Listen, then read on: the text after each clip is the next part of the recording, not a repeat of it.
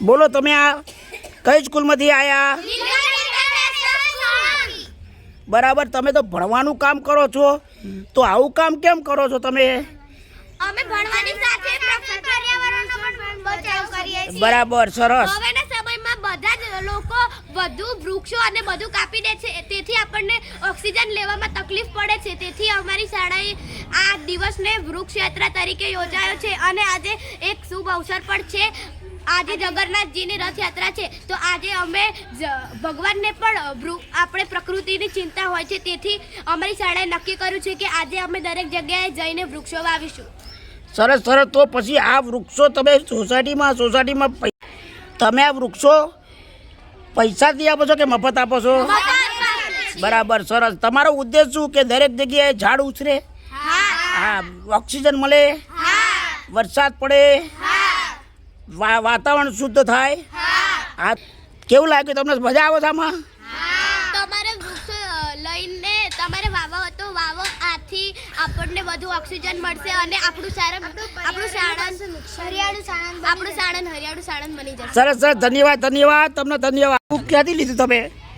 નીલકંઠ સ્કૂલના બાળકો આવ્યા હતા. હા હા, સરસ. તમે વાવજો આને જરૂરથી, બરાબર? યાર રોપેતા હા, જય છોડ મારણ છોડ છે, છોડ મારણ છોડ છે, પ્રભુજીનો પદ છે, પ્રભુજીનો પદ છે. વૃક્ષો વાવો, વરસાદ લાવો, વૃક્ષો વાવો, વરસાદ લાવો. તમારે કોઈ છોડ લેવા છે? ના, શું મેં બેન જો હું પણ તમારો વિડીયો એટલા માટે ઉતાર્યો, હું જીવદયા પ્રેમી છું, વૃક્ષોનો પ્રેમી છું. લાવો તો આ સોસાયટીમાં જો, આ સોસાયટીમાં મોટા 10 લીમડા લાવી, જો દેખાય ને, એમાં મેં પણ રોપ્યા હતા. હા, જય સીતારામ. આજ સુધી મેં લગભગ 200 જેવા વૃક્ષો વાયા. કેટલા? 200. અમે પણ. કેવું લાગ્યું તમને? મજા આવે છે આમાં? તમારે વૃક્ષો લઈને તમારે વાવો તો વાવો, આથી આપણને વધુ ઓક્સિજન મળશે અને આપણું સાણંદ હરિયાળું સાણંદ બની જશે. સરસ સરસ, ધન્યવાદ ધન્યવાદ તમને, ધન્યવાદ. જો આ નીલકંઠ સ્કૂલના બાળકો, સાણંદ નીલકંઠ સ્કૂલ આવી, ત્યાંના બાળકો પર્યાવરણને ફાયદો કરવા માટે સોસાયટીએ વૃક્ષો આપી અને સમજાવે છે કે પર્યાવરણને બચાવો અને